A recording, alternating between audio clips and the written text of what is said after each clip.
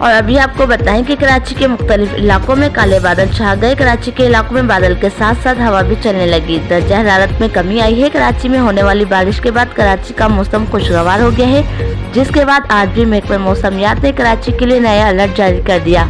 अगले चंद रोज कराची के लिए कितने अहम होने वाले हैं, इससे मुतालिक आपको बताने जा रहे हैं। वीडियो में आगे बढ़ते हैं। तमाम तर नाज़रीन से गुजारिश है कि ग्लोब न्यूज़ चैनल को सब्सक्राइब करना मत भूलें और वीडियो को लाइक और शेयर भी करें। आपको बताएं कि कराची में शुमाल मशरिक हवाएं जो है वो चलने लगी हैं और बताया गया है कि इसी के साथ साथ अगले चंद घंटे जो है कराची के लिए बहुत अहम हो सकते हैं, क्योंकि कराची में हवा के कम दबाव के साथ साथ बारिश भी देखी जाएगी। कराची में खास तौर पर मैदानी इलाके और इसी के साथ साथ बात की जाए बहरिया टाउन, तो वहां पर सुबह सवेरे भी हल्की बारिश देखी गई है, जिसके बाद अब बताया जा रहा है कि कराची के मुख्तलिफ इलाकों में खास तौर पर समंदरी जानिब रहने वाले जो लोग हैं उनको भी अलर्ट जारी किया गया है, क्योंकि इस साल आने वाला जो तूफान है वो बेहद खतरनाक हो सकता है।